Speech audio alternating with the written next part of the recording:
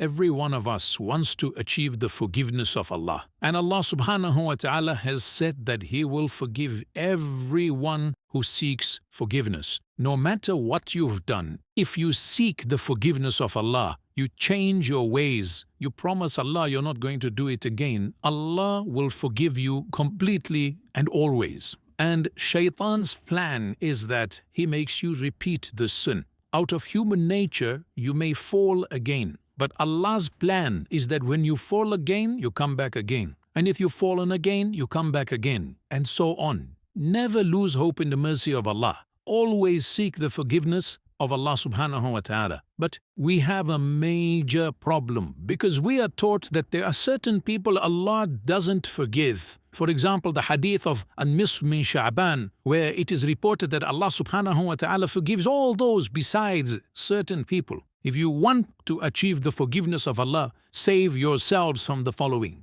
Number 1, al-mushrik. A person who associates partners with Allah in worship, Allah says, I won't forgive that person. Look at the companions of the Prophet Muhammad sallallahu alaihi wasallam. They were all mushriks at one stage. They were all people who associated partners with Allah in the Meccan period. Those from Mecca, that's what they were. They were mushrikeen of Mecca. Because they sought forgiveness and changed their ways, Allah forgave them. But we are talking of a person who passes away and he did not seek forgiveness or she did not seek forgiveness. Allah says, I can forgive everything, but shirk, I won't forgive. إِنَّ اللَّهَ لَا يَغْفِرُ أَن يُشْرَكَ بِهِ وَيَغْفِرُ مَا دُونَ ذَلِكَ لِمَن يَشَاءُ. Allah has chosen and declared and dictated that He will not forgive association of partnership in worship with Him. But besides that, He may forgive whatever He wants. I need to constantly ask myself, is this that I'm doing shirk? And don't be afraid of that question. And if there is something doubtful, the better thing to do is to leave it. Quit it. This is doubtful. I may earn the anger of Allah. If that is the case, I don't want to even risk earning the anger of Allah. Just leave it up. Let's move on. Besides shirk, there are certain things that Allah subhanahu wa ta'ala says when He forgives all people, certain categories we won't. The second one is al-mushahin, a person who holds in his heart grudge and hate and ill feeling and malice towards others. Clean your heart. My brothers and sisters, if you're a mu'min and you want paradise, clean your heart. Even those who you disagree with or those who disagree with you, just have a clean feeling towards them. Even people who hate you and who don't like you, in your heart you don't need to have that enmity and hatred and malice and dirt, but rather you can stay away comfortably, but with respect, with dignity, with kindness, with good words.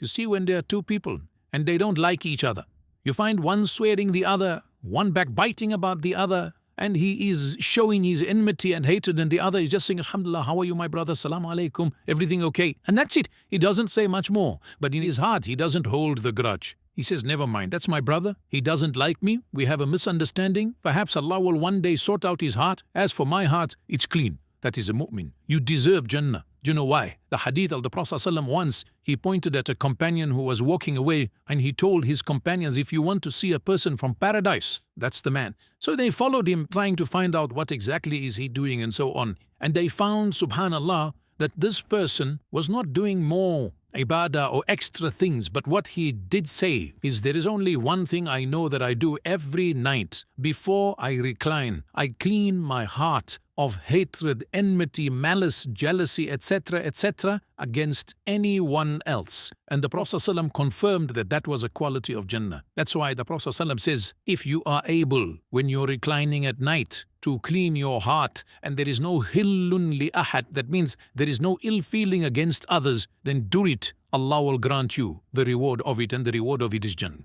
Subhanallah. Look at how Allah says He doesn't forgive shirk on one hand because that's the association of partnership in worship with Him. And on the other hand, He doesn't forgive those who have ill feeling against His creation. His Allah created. And Allah put people in your life in order to test you. We've said that many times. Allah makes you cross the path of a person to test you. Will you be just and fair, or are you going to just vent and be a person who thinks that he is superior to everybody else? If that's the case, you won't achieve forgiveness that easily.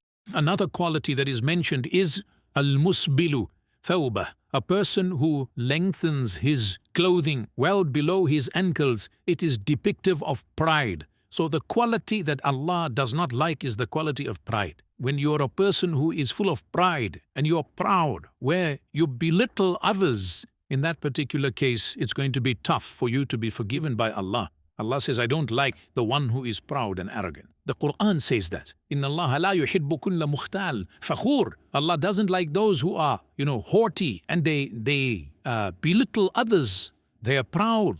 When the Prophet ﷺ once said, لا يدخل الجنة من كان في قلبه مثقال حبة من خردل من كبر. He will not enter paradise in whose heart is even a mustard seed's weight worth of pride. So the Sahaba radiallahu anhum, they questioned, they said, O Messenger, we love our clothing, we love our conveyance, the homes and so on. What about that? So the Prophet ﷺ says, that is not a sign of pride. To have the best of clothing, to have the best of this and the best of that is not the sign of pride. The sign of pride is when a person rejects the truth and belittles others. You treat them like rubbish, astaghfirullah. You treat someone like you are it and that person is nothing, dust. You ignore them. You treat them like they are not even human beings. Treat people with respect. Allah will forgive you. Allah will forgive you for your shortcomings without even you knowing. I had a shortcoming and it was forgiven by Allah automatically. Because the Quran says,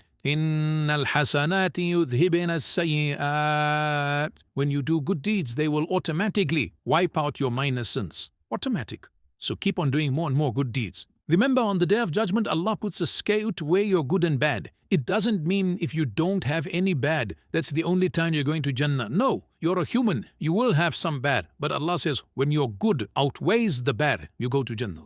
May Allah forgive us. Another one, al-qati', a person who cuts relationships with their family for no reason, or for dunya purposes, because of money, because of wealth, because of some little misunderstanding. You cut relations with those we made you related to. You related to someone who chose that relationship. You didn't. Allah chose it. Allah says, I'm going to test you. That's why I made this person who is a tyrant your father. Allah forgive us. May Allah not make us fathers who are tyrants. But even if your father is a tyrant, don't break relations unnecessarily. Obedience to parents within that which is reasonable is a duty of Allah has placed on our shoulders. Allah subhanahu wa ta'ala in the Quran has always told us to be kind to your parents, even if you disagree. Someone was telling me that, but isn't Allah said I'm not allowed to disagree with my father? He actually gave me money and he's sending me to buy something that was actually haram. So what should I do? Is it we're not allowed to disobey? I said, listen, you don't ever be unkind to your folks, to your parents, but you can disagree. And you must disagree when they are wrong, when they're totally wrong. Look at all the prophets of Allah with their family members. A good example of Ibrahim alayhi salam. He said, oh, my father, I disagree totally with what you're doing. But he said it respectfully. He said it respectfully. Listen, you are wrong. I don't agree with you. The way you are heading into hellfire. He told his father clearly, Ya abati, inni akhafu an yamassaka adhabun min ar-Rahman, fatakuna lish-shaytani waliya. Oh, my father, I fear that the punishment of the most merciful will come to you and you become a friend of the devil. You choose a respectful means and a respectful way of disagree, because you are never allowed to be unkind to your parents, even when you disagree with them. And even if they are unkind, be kind, disagree politely. Worst comes to worst, walk away with respect. Don't be unkind. So that has got to do with al-aq. Al-aq is different from al-qab. The aqati' is a person who breaks relations generally with their family members. And al-aq is a person who is unkind to his or her own parents. You are unkind and disrespectful. Now, if, for example, they are asking you to do something haram, and you say, I'm not going to do it, then your father says, you're not allowed to be disrespectful. You're being so disrespectful. You can smile and say, my beloved father, this is not disrespect. This is disagreement with respect. You're my father. I will not deny that. But I disagree with you respectfully. But if you disrespect your folks and your parents, it's going to be very hard for Allah to forgive you. Another quality that is mentioned there is mudmin, a person who is addicted to intoxicants of any nature, and they don't even have a plan to actually quit it or to seek the forgiveness of Allah. And you're coming in, for example, on an auspicious occasion. People are all being forgiven, but you're not being forgiven. Why? There's a problem. There's a barrier. Subhanallah. What is that barrier? You don't have an intention to quit the bad that you are addicted to in terms of that which is intoxicating or sinful. You don't have an intention. Remember one thing, when you are doing something wrong habitually, as a mu'min, at least feel in your heart what I'm doing is wrong. Wallahi, that feeling will save you. Because the first time you committed the sin, you feel guilty. The second time, the guilt is less. The third time, the guilt is even less. The fourth and fifth and sixth time, you don't even feel it's a sin anymore. It just becomes nature. So Allah says, when you feel bad with your sin, it's a sign that you're a believer. Why would I feel bad? Because I love Allah. I have a weakness, but I love Allah. I want Him to forgive me, strengthen me, and don't just make dua. A brother had a very bad habit of going to the clubs every weekend. So we met him and we started talking, and I said, brother, just quit this habit. He says, make dua. I tell him, are you insulting yourself or me? Or are you insulting Allah? Dua is very important, I agree. But you can't just say, make dua, and 2 years have passed and you're still telling people make dua and you still keep on going. They're making dua and you keep going to the clubs. May Allah subhanahu wa ta'ala grant us an understanding. Make an effort. Learn to improve. If you haven't been for a whole month, thank Allah. Don't go. And if you end up dropping and going after a month, make sure the next time it's not just a month, it's way beyond the month that you don't go. And I'm not saying keep going at longer intervals, but I'm saying you need to see an improvement. And then you say, make dua, I'm trying, I haven't been for so long. Like my buddies, astaghfirullah, who smoke. Smoking is a bad habit, just to my buddy, but it's a bad habit, quit it. Quit it. So if you were smoking 20 and you suddenly drop to 10, and then you smoke every alternate day, and then you smoke one a week, I'll tell you, my brother, you are there. Just cut the one a week. And the uncle will tell you, no, if I don't have this one here, I will get so cross, I'm going to beat up my wife. What an excuse. What an excuse. You're down to one. The one uncle says, I need a cigar. Otherwise, these people are in trouble. I said, uncle, you know what? With that cigar, you're in problem. May Allah subhanahu wa ta'ala grant us ease.